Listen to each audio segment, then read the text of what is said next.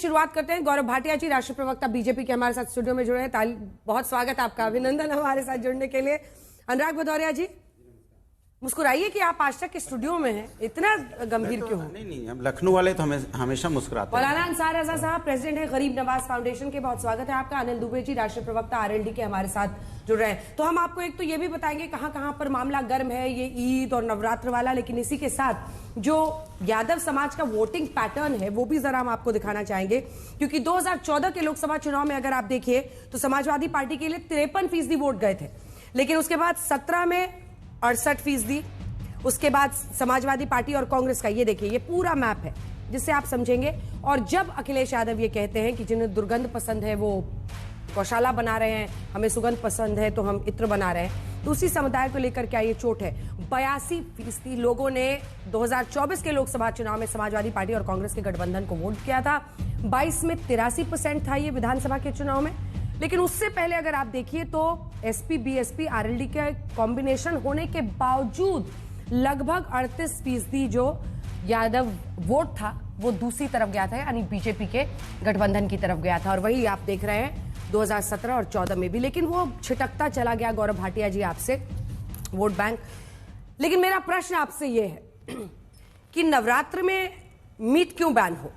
अगर कोई देश में ऐसा नागरिक है जो उसे खाना चाहता है तो क्या उसके मौलिक अधिकारों का ये हनन नहीं होगा?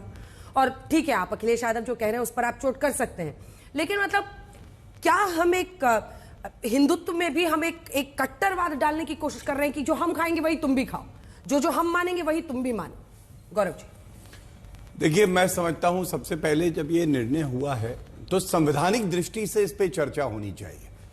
आपको मालूम है आर्टिकल 19 अनुच्छेद 19 संविधान का ये बात करता है, चाहे अभिव्यक्ति की आजादी हो, चाहे प्रोफेशन का राइट हो, चाहे मूवमेंट का राइट हो, क्या वो एब्सोल्यूट है?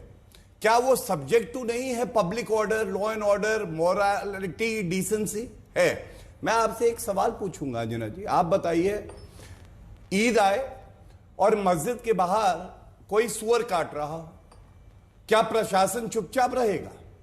क्या वो इस सुनिश्चित नहीं करेगा कि ऐसा कोई काम ना हो जिससे किसी समुदाय की भावनाएं आहत हो? और नवरात्रों पे 9 दिन की बात है, अगर कोई ठोस निर्णय लिया जाता है जिससे सौहार्द बना रहे और हिंदुओं की भावनाएं भी आहत नहीं हो, तो मैं समझता हूं यह संवैधानिक दृष्टि से भी उचित है और कानूनी दृष्टि से भी उचित है।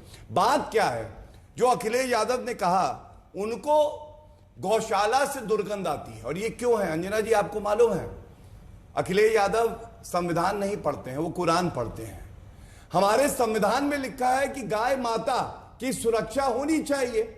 अगर आपको बुचड़ खाने से सुगंध आती है, अतीक अहमद से सुगंध आती है, अगर आपको सुगंध आती है जब 200 दंगे होते हैं और दंगाई छोड़े जाते हैं आपके समय में, तो फिर प्रश्न आप पे लगेगा। और ये देखिए, जब मैं कहता हूं, ये तस्वीर देखिए कितना कुछ कहती है। अतीक अहमद मिट्टी में मिला दिए गए, लेकिन उनका कुत्ता पूर्व मुख्यमंत्री से हाथ मिलाता था, उनको माफिया नहीं दिखाई देता था। इसमें मैं कानून व्यवस्था बनी रहे, एक भी इंसान की जान पे ना बने, ये हमारा प्रतिबद्धता है और हम लोग संविधान के तहत इसे करेंगे। ठीक है, एक काउंटर क्वेश्चन है बस, इस फोटो का क्या लेना देना है आज की स्थिति से मैं नहीं समझ पाई। ठीक है, आप कह रहे हैं वो तुष्टिकरण करते थे, लेकिन ये क्या है? क्या ये बहुसंख्यकवाद नहीं है कि आप सड़क पर नमाज नहीं पढ़ सकते, पढ़ेंगे तो पासपोर्ट ले लेंगे? और ये तो आप ही के आरएलडी वाले जो जयंत सिंह है वो इसके खिलाफ। मेरा आपसे एक सवाल है, हाँ अंजना जी, ये बताइए, संविधान के किस प्रावधान में, मैं सपा के प्रवक्ता से नहीं पूछूंगा, ना अखिलेश यादव से पूछूंगा, वो संविधान पढ़ते नहीं।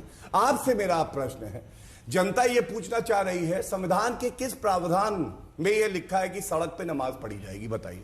नहीं, लेकिन राइट टू वर्शिप तो है ही ना हर व्यक्ति सड़क पे। नहीं, सड़क पे आपने अभी कहा सड़क पे रोक रहे हैं, तो मैंने एक सवाल आपसे पूछा। कई बार ऐसा होता है पत्रकार हमें ज्ञान दे जाता है, नहीं, लेकिन हो सकता है मैं गलत हूं। अरे ये कौन से भारतीय न्याय संहिता में कहां पर लिखा हुआ है कि अब आप प्रश्न सुनिए कि अगर कोई सड़क पर पढ़ेगा तो उसका पासपोर्ट जब्त कर लिया जाएगा। ये अगर भारतीय न्याय संहिता में लिखा है तो आप मुझे दिखा दीजिए। हाँ, मैं आपको बता दूं, संविधान में ऐसा कोई प्रावधान नहीं है कि किसी भी पब्लिक प्लेस को आप ब्लॉक करें और उसके बाद नमाज पढ़ें या वहां प्रदर्शन करें, जैसा हमने शाहीन बाग में देखा था। दूसरी बात, आपने कहा इम्प्यूनिटिव एक्शन हो रहा है, तो मैं आपको बता दूं कि अगर पब्लिक प्लेस को आप ब्लॉक करेंगे तो कानून में जो लिखा है, कानून के दायरे में रहकर हम लोग उचित कार्रवाई करेंगे। मैं आपको यहां पे यकीन दिलाता हूं, ऐसा कोई कार्य नहीं होगा जो न्यायिक दृष्टि से उचित ना हो, और न्यायालय में अगर मामला भी चले जाए तो मुहर ना लगे कि ये उचित था। हाँ, मतलब आईपीसी में आपको मैं आपको बिल्कुल स्पष्ट, आईपीसी पुराना हो गया, अब भारतीय न्याय से तो बीएनएस में आपको एक नया प्रावधान लाना पड़ेगा। एक और कि सड़क पर नमाज पढ़े तो पासपोर्ट जब्त होगा। मैं तो वो कनेक्शन समझ मैंने आपको बताया, पब्लिक प्रेमिसेस जो है इलीगल ऑक्यूपेंसी होगी तो कार्रवाई हो सकती है। हाँ, एफआईआर दर्ज तो समझ में आता है, न्याय संगत होना चाहिए हर चीज। पासपोर्ट पर जयंत जी कह रहे हैं। मैं एक बार पूछना चाहता हूँ, क्या ऐसा कोई आदेश आया है? हो सकता है मेरी, ये मेरठ का आदेश है, तभी तो मैं बता रही हूँ। एक बार तो अगर ऐसा आदेश कोई भी आदेश आया है, आदेश नहीं माना तो एफआईआर, पासपोर्ट लाइसेंस होगा जब्त, जिस पर आप ही के साथ आपके एनडीए में रहने वाले ये जवाब देते हैं जयंत चौधरी। मेरा मतलब है कि पुलिस को ये नहीं करना चाहिए कि हम पासपोर्ट ले लेंगे। प्रशासन सड़कों को खाली रखने की बात कर सकता है, लेकिन इसके लिए संवेदनशीलता के साथ समुदाय के लोगों को के साथ संवाद करना चाहिए। आभार व्यक्त करता हूं कि आप ये बात मेरे सामने लाई हैं, लेकिन मैं फिर कहूंगा पुनः, और क्योंकि मैं कानून का ज्ञाता भी हूं, जो भी कार्रवाई होगी वो संविधान और कानून के तहत होगी। पासपोर्ट और आधार कार्ड इसलिए देखा जा सकता है कि पहचान आपकी क्या है, लेकिन इंपाउंड करने का जो पावर है वो पासपोर्ट एक्ट में है, और विशेष अधिकारी हैं उन्हीं को है। और मैं ये मानता हूं कि जो हमारी पुलिस है, हमारा जिला प्रशासन है, इनको कानून के तहत कार्रवाई। पुलिस आप लोगों से भी आगे निकल गई है क्या? अब मैंने जो देखिए, आप चौधरी जी को सुनिए, मतलब कहते हैं कि आपको अगर सेवैयां खानी है तो गुजिया भी खानी होगी।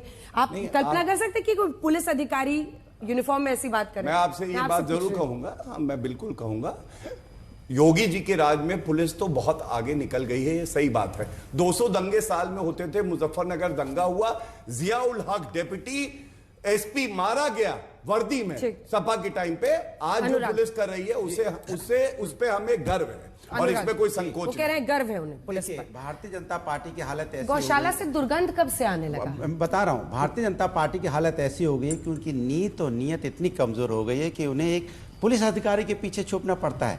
अब भारतीय जनता पार्टी की बाइट पुलिस अधिकारी देगा कि क्या करना है क्या नहीं करना है। आप किसको हीरो बनाना चाहते हैं? अभी संविधान की बात कर रहे थे, पुलिस वर्दी में रह के व्यक्ति ऐसी बातें करते हैं, बजाय उसके ऊपर कार्रवाई करने के आप उसको प्रमोट कर रहे हो। वो जो कह रहा है ऐसी भाषा शैली को आप सपोर्ट कर रहे हो, जबकि ऐसी भाषा शैली का सपोर्ट नहीं करना चाहिए। हिंदुस्तान है और हिंदुस्तान संविधान से चलता है, बिल्कुल सही है। क्या संविधान में पुलिस रूल बुक में लिखा हुआ है क्या कि वो राजनीतिक बातें करेगा, वो तय करेगा क्या करना है कि नहीं करना है? एक बात। दूसरी बात, जिस तरह की बात आपके साथी हैं जयंत चौधरी जी, वो कह रहे हैं नहीं ये गलत है बिल्कुल, और होना भी चाहिए। आपकी सरकार कितने सालों से, 10 साल से करीब 11 साल हो गए केंद्र में, 8 साल से आपकी सरकार है राज्य में। आप इसके पहले अचानक आपको ये सब चीजें क्यों याद आ रही हैं? इसके पहले आपको क्यों नहीं याद आई? क्योंकि आपको पता है कि इन सालों में आपने कुछ नहीं किया जनता के लिए। जनता जैसी आपसे सवाल पूछती है वैसे ही आप सवाल का जवाब ना देके इस तरह की राजनीति में उलझाना। अनुराग जी, अब आपसे भी 2 सवाल है, सिंपल सवाल है। वैसे तो यादव समुदाय के सभी लोग कहते हैं कृष्ण जी के वंशज हैं, ऐसे में गौशाला से दुर्गंध कैसे आने लगा, और वो भी अखिलेश यादव जी को? और साथ ही दूसरा प्रश्न, अगर कोई भी ये कहता है देश में कि सेवैयां हम भी खाएंगे आप भी गुजिया खाइए, इसमें क्या गलत हो गया? मतलब तो इस पर कैसे आफत आई? नहीं, उसमें आपत्तिजनक नहीं है। अधिकारी ने यही तो कहा है। नहीं, वो थोड़ी राजनीतिक भाषा। वो तो हम भी कहते हैं कि हम भैया उनकी सेवैयां खाते, हमारी गुजिया खाते, तो हम ही बोलते ही रहते हैं। लेकिन वो आजकल उनको थोड़ा सा कहते हैं ना कि उनको स्टाइल कि हम बहुत बड़े बीजेपी के नेता की तरह बिहेव करते हैं ना। बात छोड़ो, उनके बारे में बात इतनी बहस क्यों करना। बात यह है कि आपने जो सवाल पूछा मैं बता रहा हूँ। अगर आप सैफी में अखिलेश यादव जी के घर जाएंगे, मैं चैलेंज के साथ बोलता हूं, आपका कैमरामैन भी वहां होगा इटावा में कहीं पे, भेज दीजिए। 100 गाय हैं और गाय के ऊपर में घर है, नीचे गाय रहती है। दुर्गंध क्यों आता है वहां से? मैं बोल तो रहा हूं, अपनी बात पूरी बात कर लूं। नीचे गाय हैं, ऊपर घर है जिसमें धर्मेंद्र यादव जी के पिताजी रहते हैं, श्री अखिलेश यादव जी के चाचा रहते हैं। सुबह से लेकर शाम तक सब लोग उसी गौशाला में जाके बैठते हैं। सवाल यह है कि जिस तरह से आपने कहा था गौशाला बनाएंगे, उनका सवाल यह है कि गौशाला बनाने की बात की थी तो क्या आपने गौशालाएं बना दी?